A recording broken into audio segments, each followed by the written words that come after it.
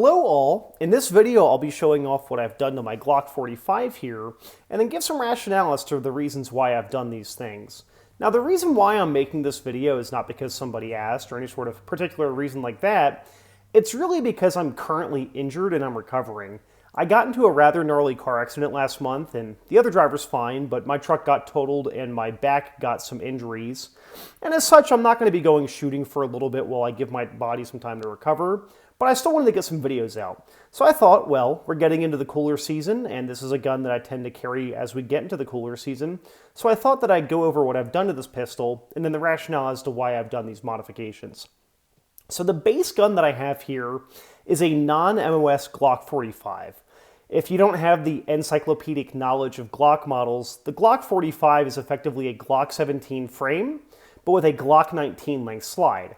Now, obviously, I've done a lot of work to the gun, so it doesn't look like a Glock 45 that you'd see normally, but this did begin as just a base model Glock 45. What I've done to it since then was mill the slide for an optic. I chose the Aimpoint ACRO here. I had the rear sight dovetail move forward to be in front of the optic. I've swapped out the OEM barrel for a Parker Mountain Machine or PMM barrel with one of their integrated single port comps. I say integrated, there's still threads on there, but they're made to specific guns because they actually made up with the forward part of the slide on the Glock here. I've added the Kagwerks extended and raised slide releases, which get them a little bit higher off the gun. And then for trigger work to the gun, all I've done is a ghost connector, which is a small part of the connector housing, and I'll show that once I pull the slide off the gun. I put in an increased power striker spring, and then a reduced power firing pin block spring. I did those to drop the trigger pull a hair, not a whole lot, but really just to crisp it all up. And then for the frame, I really haven't done anything to the gun to modify the frame. I do have a very small butt plug here in the Glock 45, just because I found that with doing reloads, and of course it's hard to do it while I'm looking through the viewfinder on a camera, doing reloads I was finding that the rims of my 9mm rounds were catching on the half moon cutout here. I've experimented with big magwells before, and I find that for concealment they do get in the way a little bit, not a ton, but a little bit, and I don't really feel the need for it on this gun.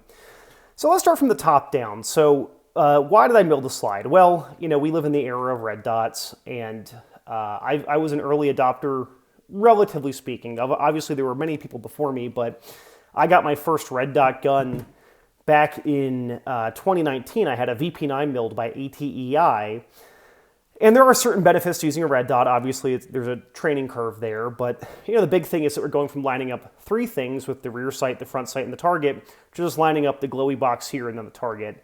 I find that at distance, of course, the red dot really starts to make a big advantage there, because your iron sights are going to be very big, you know, compared to the you know, perspective and whatnot. They're going to be very big looking at something, but it's just more precise. You know, obviously this is not a discussion on should you get a red dot. It's more so if I can put a red dot on the gun, generally speaking, it's going to be on there.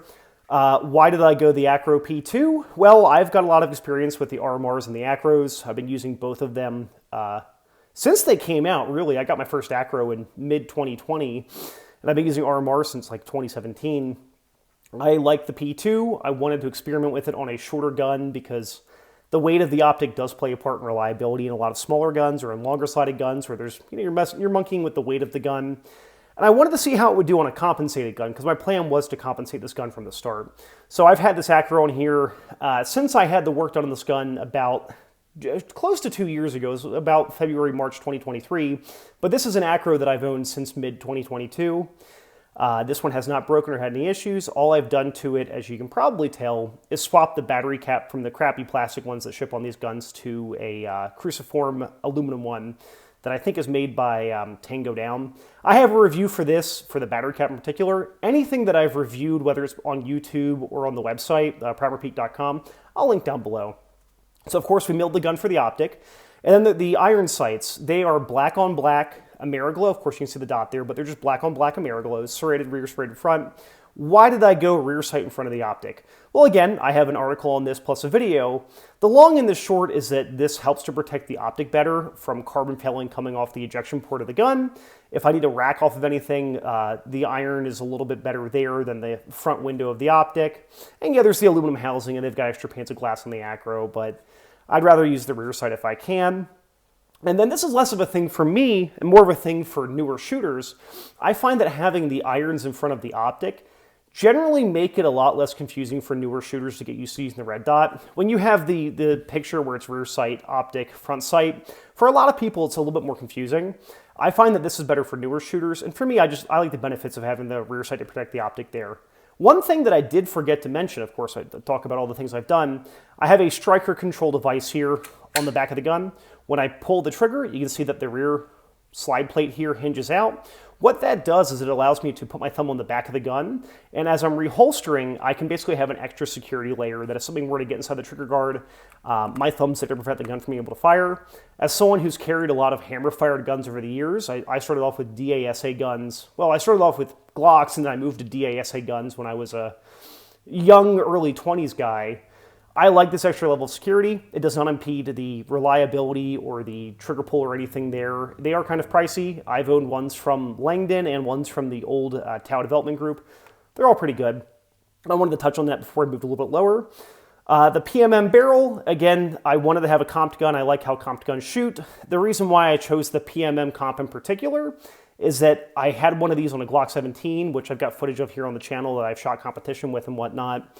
These comps tend to be a fair bit more reliable without having to monkey a lot with the springing in these guns. I'm running a factory recoil assembly here. This gun has not had any malfunctions I can actually think of off the top of the head. And I've done a lot of shooting where it's, strong hand only, weak hand only. I've done shooting from retention against the breast, tucked in against your breast, I should say. I've even tried shooting, 90 degrees and even upside down to try to get issues to, because these are recoil-operated pistols, there are certain situations where we can make them more likely to have issues. This PMM barrel's been fantastic. I haven't sandbagged the gun at 25 yards to see what it patterns or, what kind of grouping I get. But for handheld practical accuracy, it's on par, if not probably a little bit better than the OEM one. And then the comp does reduce felt recoil, which is not about making me feel more comfortable, but it allows me to have quicker follow-up shots. The slide releases are something that I kind of need for my big hands with my two-handed grip riding high on the gun. I find that I was getting what's called slide override. Basically, as I would fire the gun and the last round would hit, the gun would just, the slide would just go forward because my thumb is depressing the slide release. On guns with ambidextrous slide releases, I find this to be a bigger issue.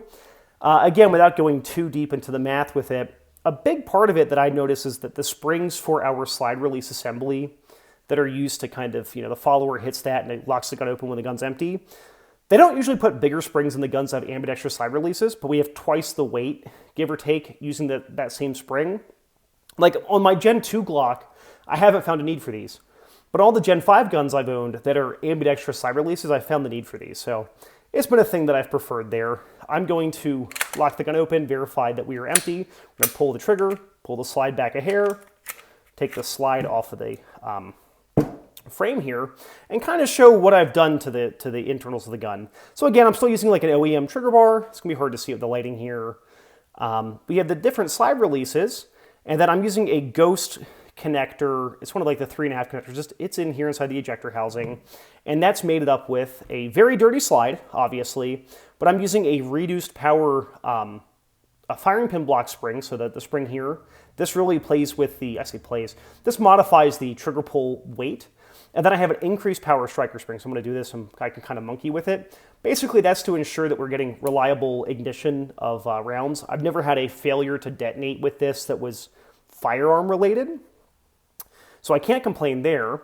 And overall, I mean, if I had to say, the trigger pull is probably still close to about 5 pounds. I haven't put it on my gauge in a while, but it's a very, very crisp 5 pounds for a Glock. It's not amazing. It's not the best trigger pull I've ever felt. But truth be told, when I'm shooting this gun, until I get out to about 25 or 30 yards, I don't really feel like the trigger pull plays a part in my ability to hit things. The thing is very flat shooting, as you can see in a lot of the video footage I have here. I've not really had any issues. The last little thing here, if I haven't forgotten anything, is just the butt plug. This was actually a piece meant to go onto a 2-part magwell, so you'd have this and then the magwell would kind of clamp onto that. I just like it because it allows me to reload the gun a little bit quicker, but not a ton. Like, it's not taking up a lot of girth. I keep using all the wrong words here, but I'm okay with that. The Gen 5 guns already have like a built-in magwell, which is appreciated. It's kind of just quite nice there. And I've not really had any issues. So that's the gun itself. Now you're probably thinking, okay, cool, whatever. How are you carrying this gun? Well, I've used a bunch of different holsters over the years, but the one that I've been using the most lately is a JM Custom Kydex. This is one of the Wing Claw, I think it's the 2.0 or 2.5. The difference there is that one uses just the more traditional monoblock DCC clip, and then one uses the split clips like this. This is actually one made for Glock 34. The Glock 45 with this comp is a little bit longer than a 17, but still shorter than a 34, but it fits perfectly in here. I have a little bit of a gap at the end, but truthfully, a longer holster, if you've got the proper belt and pants for it, a longer holster tends to conceal pretty good because it allows it to kind of tuck in against your body better. And this is a gun that, despite the size, I've actually found it to be pretty comfy to carry. I've carried it in the Filster Pro, and I've used it in a Floodlight Generation 1 before, but this has been the most comfortable holster, and you'll notice a trend here. I've got 3 guns I'm going to be making videos on. They're all in JM holsters. I've had great luck with JM stuff. Tony over there and all of their crew are really easy people to work with. If you need something, they can probably make it for you. This is not, you know, I'm not like paid to say any of this. It's just that I've given them, oh gosh, probably $2,000 in money for holsters over the last couple of years, and they do really great work. So yeah, the last thing I'll touch on, ammo. So I've not had any sort of ammo sensitivity in my fairly heavily modified Glock 45, but what I do prefer for carry is 124 grain HSTs, but of the plus P variety. So why? I want to have a little bit more energy in the system just to make the comp work better and to make sure that the gun itself is a little bit more reliable. The lower flash powder in the 124 grain plus P HSTs is nice too. I don't find that the shooting characteristics is too bad. It's not like it's overly excessive. I've carried this in small guns and not really had much issue. But in the G45, I've had it perform really well, really accurately, and very consistently. I've also carried Spear Gold Dot 124 grain plus P, and I've carried a couple different loads, but if I can get HSTs, I'm buying HSTs for 9mm, and I'm sitting on probably close to 2,000 rounds of HSTs between the standard pressure 124 and then the plus P 124 in my supply. So this gun's being fed pretty well when it comes to that, and I do cycle through the ammo somewhat regularly. I don't tend to chamber the same round more than once or twice. But yeah, again, this is not meant to be an overall, like, copy this, make this your gun. I wasn't really inspired by any guns when I made this as much as what I like on a pistol, right? You know, someone said, hey, Paul, can you design the, you know, your optimal carry Glock or whatever it might be, carry striker-fired gun? It would probably just be this, but have some of these parts integrated in there. You know, like have slide releases higher up. A lot of gun companies really haven't gotten to the point where, it's unfortunate to say, but a lot of, you know, modern guns are being made by people who don't really shoot all that much, if even to a high level. So a lot of the design features we have on here are from, you know, holdovers from the 60s, 70s, and 80s. So yeah, so my Glock 45, pretty simple gun, although we're at 13 minutes now, which means that obviously it wasn't that simple. But I'll be linking all of my video content and written content on anything related to this gun down below in the description, so be sure to check that out. And if you have any questions about this, just hit me up here on YouTube, and I'll be happy to respond back to you. Thanks for watching.